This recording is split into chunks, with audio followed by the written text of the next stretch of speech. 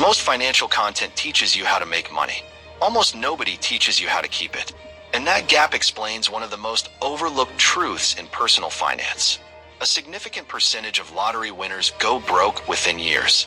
Professional athletes earning millions retire into bankruptcy at an alarming rate. Making money and keeping money are two completely different skill sets. Today, the Wealth Code reveals the secrets of wealth protection. How the truly rich stay rich, generation after generation. Intro. Welcome to the Wealth Code. The truth about money. The code to financial freedom. Building wealth is hard, but there is a harder, quieter battle that happens after the money arrives, protecting it from the forces designed to take it away. Taxes, inflation, lifestyle creep, bad advice, market volatility, lawsuits, even family. The families who have stayed wealthy across generations did not just earn well. They protected relentlessly. Today I'm walking you through the real secrets of wealth protection. The principles that separate temporary wealth from generational wealth. Let's get into it. Point 1. They separate their identity from their net worth. This is the foundational psychological shift that protects wealth before any strategy or structure even matters. People who lose wealth quickly often have one thing in common. Their sense of self is fused with their bank balance. When the money grows, they feel powerful, important, untouchable. And critically, that feeling drives spending, risk-taking, and decision-making that assumes the money will always be there. The truly wealthy, especially those who maintain wealth across generations, learn early to separate who they are from what they have. Their identity does not inflate when their net worth rises. Their identity does not collapse when a single investment fails or a market downturn hits. This separation creates something powerful, emotional stability in financial decision-making. A person whose self-worth depends on their net worth makes decisions from fear and ego. They overspend to maintain an image. They take reckless risks to chase status. They panic sell during downturns because the drop feels like a personal attack, not a market fluctuation. A person who has separated their identity from their net worth can make calm, rational, long-term decisions because their sense of self is not on the line every time the market moves. This is not taught in finance courses. It is one of the quietest, most powerful psychological foundations of wealth that endures. Point 2.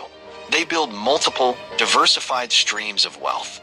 The wealthy who stay wealthy almost never have all their assets concentrated in one place. This goes beyond the basic investing advice of diversification across stocks and bonds. It extends to diversification across entirely different categories of wealth: business ownership or equity, real estate, public market investments, stocks, bonds, funds, private investments, venture capital, private equity, direct stakes in other businesses, cash and cash equivalents for stability and opportunity. In some cases, alternative assets like art, precious metals, or other stores of value. Why does this matter so much for wealth protection specifically? Because different categories of wealth respond differently to different economic conditions. When stock markets fall, real estate may hold steady or even rise. When inflation rises, businesses with pricing power can pass costs to customers, while cash loses value. When interest rates change, bonds and real estate respond differently than equities. A person with wealth concentrated in a single category is exposed to the specific risks of that category in a way that can be devastating if that category experiences a severe downer. A person with wealth spread thoughtfully across multiple categories has built a kind of financial immune system. When one area struggles, others can absorb the impact and maintain overall stability. This is not about avoiding risk altogether. It is about ensuring no single risk can destroy the entire structure. Point 3. They use legal structures to protect assets. This is an area most people never learn about because it typically becomes relevant only once meaningful wealth exists, and by then, many people have never been taught it matters. Wealthy individuals and families frequently use legal structures specifically designed to protect their assets from risks like lawsuits, business liabilities, divorce complications, and excessive taxation. These structures vary significantly depending on your country, your specific circumstances, and local laws. And this is an area where professional legal and financial advice, specific to your jurisdiction, becomes genuinely important rather than optional. Broadly, common structures include establishing businesses as separate legal entities, so personal assets remain separate from business liabilities. Using trusts in jurisdictions where they are available and appropriate to control how and when assets are distributed, often providing protection from certain creditor claims and facilitating generational wealth transfer with specific conditions attached. Holding certain assets, like real estate, within specific legal entities rather than personal names to create a layer of separation and protection. Working with insurance products designed specifically to protect significant assets, businesses, or income streams from unexpected events. The wealthy do not view these structures as exotic luxuries. They view them as standard practice, exactly as standard as opening a savings account is to someone just beginning their financial journey. As your wealth grows, understanding which legal structures are relevant, available, and appropriate in your specific country and circumstances becomes an increasingly important part of protecting what you have built. Point 4. They understand and plan around taxes legally. This point requires an important clarification immediately. This is about legal tax planning, not evasion. Tax evasion is illegal and carries severe consequences. Tax planning, however, is a legal and widely used practice of structuring your finances in ways that minimize the tax you owe within the laws and provisions that already exist for that exact purpose. The wealthy who stay wealthy invest significant time and professional resources into understanding the tax laws relevant to their country and circumstances and structuring their income, investments, and assets accordingly. This might include using tax-advantaged retirement or investment accounts that exist specifically to encourage long-term saving and investing where available in your country. Structuring business income and expenses in ways that are fully compliant with tax law while minimizing unnecessary tax burden. Understanding how different types of income, employment income, investment income, business income, are taxed differently and planning accordingly. Timing the sale of significant assets strategically where legally advantageous based on tax implications. The principle here is straightforward, even though the specific execution requires professional guidance. Taxes, left unmanaged, can be one of the largest erosive forces on accumulated wealth over time. The wealthy treat tax planning as an ongoing, essential discipline, not an afterthought handled once a year under pressure. This is an area where the cost of professional advice is frequently far smaller than the value it protects. Point 5. They maintain significant liquidity and avoid forced selling. One of the most devastating financial mistakes is being forced to sell valuable assets at the worst possible moment, simply because you need cash immediately and have none readily available. This happens to people across every wealth level, but it is particularly devastating at higher levels of wealth, where the assets being forced into a sudden, poorly timed sale may be significant. The wealthy who protect their wealth effectively maintain meaningful liquidity, readily accessible cash or cash equivalent reserves, specifically so they are never forced to sell appreciating assets, businesses, or investments during a temporary downturn or unexpected need for funds. This liquidity serves multiple protective purposes.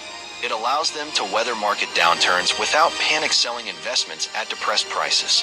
It allows them to cover unexpected expenses, legal matters, or emergencies without disrupting their long-term investment strategy.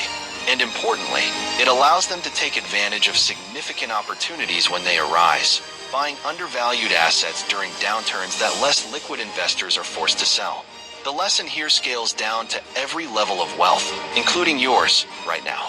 An emergency fund is not just a beginner's financial safety net.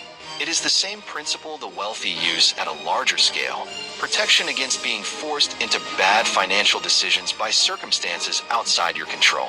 Point 6. They plan deliberately for generational transfer. This is one of the most overlooked reasons wealth disappears within a generation or two, even after being built successfully. A commonly cited pattern in wealth research shows that a significant percentage of family wealth is lost by the second generation, and an even higher percentage by the third, often referred to as the shirt sleeves to shirt sleeves in 3 generations phenomenon. Why does this happen so consistently? Because the wealth-building generation typically develops financial discipline, business acumen, and a deep understanding of money through the struggle of building it. The generations that inherit wealth, without going through that same struggle, frequently never developed the same understanding, discipline, or appreciation for what it took to create it. Families who successfully maintain wealth across generations address this directly and deliberately. They educate the next generation about money, business, and financial principles from an early age, rather than simply handing over assets without context or preparation. They often structure inheritance in ways that encourage continued growth and responsibility, rather than simply transferring large sums all at once without conditions or guidance. They involve younger generations in family businesses, investment decisions, or financial discussions, building genuine understanding rather than passive expectation. The wealth itself is only part of what needs to be transferred. The mindset, the discipline, and the understanding that created the wealth in the first place must be transferred just as deliberately, or the wealth, however large, becomes vulnerable to the same forces that erode any unprotected resource. Point 7. They continuously educate themselves and surround themselves with expertise. The final, and perhaps most consistent secret among those who maintain wealth long-term is this: they never stop learning, and they never try to do everything alone. Markets change, tax laws change, economic conditions shift. New opportunities and new risks emerge constantly. The wealthy who protect their wealth effectively treat ongoing financial education as a permanent, non-negotiable practice, not something they completed once and then set aside. They read, they study economic trends. They understand, at a meaningful level, how their own investments and assets actually work, rather than blindly trusting others with zero personal understanding. At the same time, they recognize the limits of their own expertise, and they build relationships with qualified professionals, financial advisors, tax specialists, legal professionals, depending on their specific needs and circumstances. The combination matters significantly. Personal understanding without professional support leaves you vulnerable to expensive mistakes in complex areas. Professional support without personal understanding leaves you vulnerable to bad advice you have no ability to evaluate or question. Together, personal financial literacy and trusted professional expertise create a genuinely protective combination, one that adapts as circumstances, laws, and opportunities continue to change over time. Motivational close. Making money and keeping money require fundamentally different skills. Most financial content focuses entirely on the first and almost entirely ignores the second. But if you study the families and individuals who have remained genuinely wealthy across decades, or even generations, the pattern is consistent. They separated their identity from their net worth. They diversified across multiple categories of wealth. They used legal structures to protect what they built. They planned around taxes legally and deliberately. They maintained liquidity to avoid forced, poorly timed decisions. They prepared the next generation deliberately, not passively. And they never stopped learning while building relationships with genuine expertise. You do not need significant wealth today to begin applying these principles.